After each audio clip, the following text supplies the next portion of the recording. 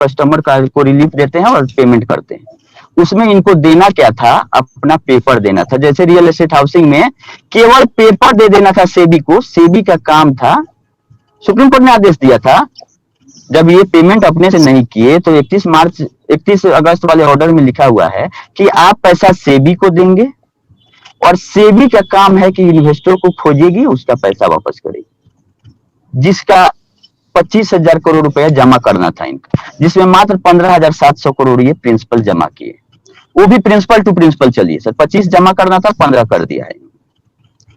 उसी 15 को बढ़ा के 25 तक ले गया था कि 8-10 साल में ब्याज बढ़ गया है 10,000 करोड़, और उसी 25 में से 5 रिलीज हो गया था, अब 20 बचा है सेबी के पास। आरटीआई में भी लिखा है सेबी ने कि 20 मेरे पास है और 5 का डिस्ट्रीब्यूशन चल रहा है। और जो 5 का डिस्ट्रीब्यूशन चल रहा है उसी में दिल्ली हाई कोर्ट में 2021 में इन्होंने ये डिक्लेयर किया है कि हमारी मात्र 86,000 करोड़ का प्रिंसिपल अमाउंट था, प्रिंसिपल जो कि देनदारी है। लेकिन उसके बाद हमने आरटीआई किया मिनिस्ट्री में, तो उन्होंने लिख के दिया हमको, बैलेंस शीट का कॉपी दे दिया कि समझ लीजिए क्या है। तो उस बैलेंस शीट के हिसाब से 31 मार्च 2022 का, अब ये बोल सकते हैं कि वो 1 साल पहले का डाटा था 86,000 करोड़, सही हो सकता है कि जो दिल्ली हाईकोर्ट में दिया वो भी सही है। लेकिन हम जब डेट बता रहे हैं कि 31 मार्च 2022 में इन्होंने, इनका लायबिलिटी है 1,12,000 करोड़, अब प्लस अदर लायबिलिटी, क्योंकि इंटरेस्ट का भुगतान नहीं होता है या 5 साल का आपका एफडी है तो इंटरेस्ट भी एक्रूड करते जाता है और अदर लायबिलिटी में खड़ा रहता है। अगर किया गया हो तो हमारे पास डिटेल नहीं है कि अदर लायबिलिटी में क्या क्या लायबिलिटी है इनके पास, समरी दिया गया और इसका ब्रेकअप भी नहीं दे रही है सीआरसीएस जी। 1,12,000 प्रिंसिपल प्लस उसका इंटरेस्ट, अगर अदर लायबिलिटी जोड़ते हैं तो 52,000 करोड़ होता है चारों सोसाइटियों। तो ये जो चारों सोसाइटियां हैं ये अलग मिनिस्ट्री का बात है और इसको पिछले केस से कोई मतलब नहीं कि आपका क्या चल रहा है, नहीं चल, इसको केवल मतलब एमबी वैली लिमिटेड से जो इन्होंने डिक्लेयर किया है प्लस अदर सहारा ग्रुप में इस 86,000 करोड़ को ले जाके जमा किया गया है, जो जिसका ये सेल नहीं कर पा रही है सहारा से भी केस के कारण। इनका यही पक्ष है कि सहारा से भी विवाद चल रहा है, लेकिन ये तो विवाद पहले से चल रहा था, सोसाइटियां बाद में आई। तो उस विवाद वाले प्रॉपर्टी में ये इन्वेस्टमेंट की थी कि जाके कर दी, ये सोचने वाली बात है। इस पे आप विचार कीजिएगा। जो विवाद चल रहा था तो जान, 1 मिनट सर, अभी 2-3 चीज ये बोले थे, इनको हम थोड़ा सा करेक्ट कर देंगे। ये 3,000 बोले थे कि पर मंथ 2009 से 2012 तक आ रहा था सहारा के ब्रांचों में 3,000 करोड़, तो उस हिसाब से इनका भी माने तो 36,000 करोड़ 1 साल का हुआ और 4 साल में लमसम 1.5 लाख करोड़ रुपया आ जाएगा सहारा के पास 9 से लेके 12 तक।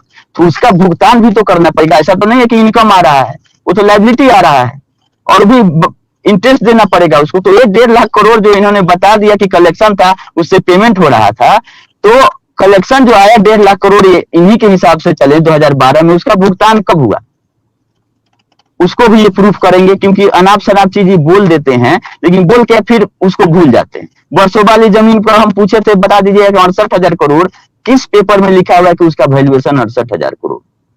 ठीक है, अब एक बात आपको और हम क्लियर कर रहे हैं सर कि सहारियन में जो है इन्होंने लायबिलिटी के अलावा पॉइंट दिया है जो कि एक्चुअल इंटरेस्ट था पिछले कंपनियों का, लेकिन ये ऑन पेपर एक्सेप्ट नहीं कर रही है सहारा कि हमने एक दूसरे से पलटा है, कन्वर्जन किया है।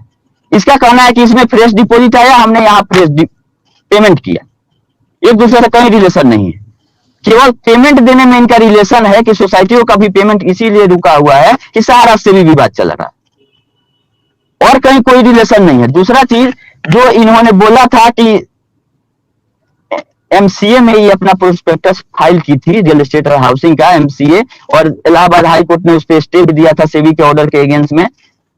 तो उसमें मेरा कहना यह है कि प्रोस्पेक्टस इन्होंने जो दिया था उसमें लिखा था कि ये प्राइवेट प्लेसमेंट है और इंटरनली सहारा ग्रुप के लोगों का इसमें पैसा जमा हुआ, पब्लिक से हम नहीं लेने जा रहे हैं, ना तो कोई हम स्टॉक एक्सचेंज में लिस्ट कराएंगे इंडिया में, इंडिया से बाहर, तभी सेबी का प्रीव्यू आता है। तो कंपनी एक्ट के अनुसार रेगुलेट होती है कंपनियां, सबको पता है, लेकिन कंपनीज एक्ट में ही सेक्शन 55A में एक क्लॉज इंसर्टेड है सन 2000 में सेबी एक्ट 1992 का कि पावर ऑफ सेबी। तो कंपनीज एक्ट से भी अगर आप रेगुलेट होते हैं तो 55A आप पर लागू होता है पावर ऑफ सेबी।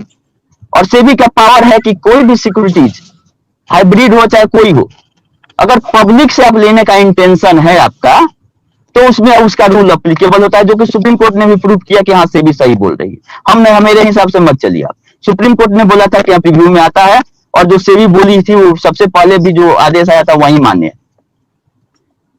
तो जो प्रोस्पेक्टस था इन्होंने फाइल किया था कि हम लोग प्राइवेट प्लेसमेंट करेंगे, तो प्राइवेट प्लेसमेंट क्या ये था, ये बताएंगे कि केवल सहारा ग्रुप के लोगों का रियल एस्टेट और हाउसिंग में पैसा जमा था कि जनरल पब्लिक का भी जमा था। उस डर से भी यही डॉक्यूमेंट या केवाईसी और टोटल डिटेल वहां नहीं प्रोड्यूस कर रही है कि सहारा, अगर इंक्वायरी हो जाए कि ये 3 करोड़ लोग प्राइवेट हैं या सहारा ग्रुप से इनका क्या रिलेशन था, ताकि प्राइवेट प्लेसमेंट में इनसे जमा ले लिया गया इनसे, अगर उसका सही एड्रेस नाम पता मिल जाए तो वेरिफिकेशन हो जाएगा। लेकिन वो तो सेबी का ही जीत हो गया था, इतना डिटेल में जाने की जरूरत नहीं है, सुप्रीम कोर्ट ने मान लिया कि हाँ सेबी सही कह रहा है। शुभम, अभी जो कन्हैया कह रहे हैं कि सहारा सेबी विवाद है, अभी जब आपने कह दिया कि भाई सेबी का परव्यू है, ये सुप्रीम कोर्ट ने कह दिया कि आप ये आपकी रेगुलेटरी जो है वो सेबी ही है, सेबी के प्रति आपकी अकाउंटेबिलिटी है, रिस्पॉन्सिबिलिटी है। जब ये बात क्लियर हो गई तो जो सेबी कह रही है वो सरकार से सहारा को मानना पड़ेगा ना। अब विवाद कहां है फिर? ये कौन सा केस लड़ रहे हैं सेबी के खिलाफ कोर्ट में? ये हम जानना चाहते हैं। इंटरेस्टिंग ही इंटरेस्ट वो तो कंटेम्प्ट का है, जो ये भी एक बात ही बोले हैं कि कोई अवमानना नहीं की है। माननीय सुप्रीम कोर्ट के लमसम 6 ऑर्डरों का अवमानना का केस चल रहा है। 6, 1 2 3 4 5 6, एक ही काफी हो जाता है किसी के लिए। इन पे 6 अवमानना का केस चल रहा है, क्योंकि जितना अपील था किसी का बात नहीं हुआ तो अगला कंटेम्प्ट हो जाता है, जो आदेश है नहीं माने कंटेम्प्ट हो गया। तो 6 अवमानना का केस इन पे चल रहा है, उसके बावजूद ये बोल रहे हैं कि कोई अवमानना हमने नहीं किया। ये सुप्रीम कोर्ट के आदेश का अवहेलना है। इनको माफी मांगनी चाहिए आपके चैनल पे कि हाँ आदेश का पालन नहीं करने का ही केस एडमिटेड है। तब किसे एडमिट हो गया अवमानना का, तो प्रूफ हो गया कि अवमानना इन्होंने किया है। अगर अवमानना नहीं करते तो केस ही नहीं, केस लेने के पहले ही सुप्रीम कोर्ट में चेक होता है कि क्या आपका केस लेने लायक है कि नहीं है, न्याय संगत है, कानून के हिसाब से है कि नहीं है। दूसरा चीज है कि एक इनका इंटरेस्टिंग हम बता देते हैं आपको सर कि जंप कैसे किए। जब इनको आदेश आया कि आप पेमेंट करके प्रूफ दीजिए सेबी को, तो सेबी ने रिजेक्ट किया इनका पेपर और बोला कि हमारे हिसाब से जेन्युइन आपने रिफंड नहीं किया। ये 5120 का डिमांड ड्राफ्ट लेके पहुंच जाते हैं सेबी के पास कि ये रहा पैसा, और मात्र 20 करोड़ रुपया और बचा हुआ है जिसका हमने भुगतान नहीं किया।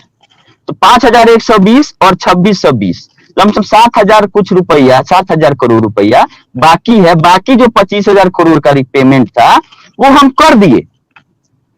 14 जून तक कोई पेमेंट का जिक्र इन्होंने कोर्ट में नहीं किया है।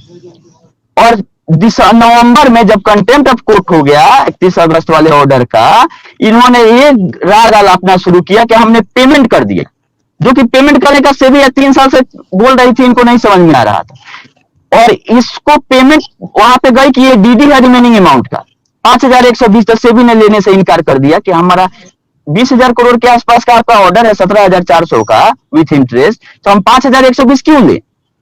तो उसके लिए भी ये फिर सुप्रीम कोर्ट गए और सुप्रीम कोर्ट ने बोला कि 10,000 करोड़ का अगला इंस्टॉलमेंट आपको देना है, 5120 जमा कीजिए। और वहां से बात शुरू हो जाती है कि हम पेमेंट कर दिए। पेमेंट के बाद ये जब ऑर्डर रिजर्व रख लिया गया था जून में और अगस्त में ऑर्डर आता है, उस बीच में पेमेंट हमने कर दिया। बीच में का जब मई में आपने किया तो जून वाले आदेश में आपको बता देना था कि मई में ही हमने ये पेमेंट कर दिया है, सुप्रीम कोर्ट वहीं पे मामला खत्म हो जाता। तो आप आदेश का इंतजार क्यों कर रहे थे 31 अगस्त वाला? जब जून को आपकी हियरिंग हुई है 14 जून को, तो मई वाला जो आपका पेमेंट था वो आप जाके नवंबर में क्यों बताते हैं कोर्ट को? सर बहुत टाइम हो रहा है, प्लीज बहुत ज्यादा ये जंपिंग था। अच्छा शुभम 1 मिनट। हाँ नागेंद्र जी 30 सेकंड में अगर आप कोई सवाल पूछ रहे हैं, क्योंकि ऑलरेडी ये इतना सवाल दाग दिए हैं क्योंकि कन्हैया को अब सारा सवाल कहीं भूल ना जाए, तो इसलिए अगर आप 30 सेकंड में कुछ पूछ लीजिए, फिर उनको हम पूरा समय देंगे सारे सवाल का जवाब देने के लिए। बोलिए सर। देखिए आपको भी थोड़ा सा खराब लगा, भले ही मेरा बोलने का लहजा अलग था, लेकिन सर एक बात को समझिए कि जो गलत तथ्य चैनल के माध्यम से रखा जाता है ना, हमारे पास बहुत सा फोन आना शुरू हो जाता है और लोग डिप्रेशन में चले जाते हैं। अभी जैसे एक क्यू सब के बात को गलत तरीके से कह रहे थे कि अगस्त में आया था, जबकि उसके पीछे की डेट में बहुत सारा सर्टिफिकेट है जो आपको हम भेज सकते हैं। आपके चैनल पर लगातार 1 साल से आपको हम एविडेंस दे रहे हैं सर, तो थोड़ा सा सर आपके तरफ से भी अपडेट रहना चाहिए कि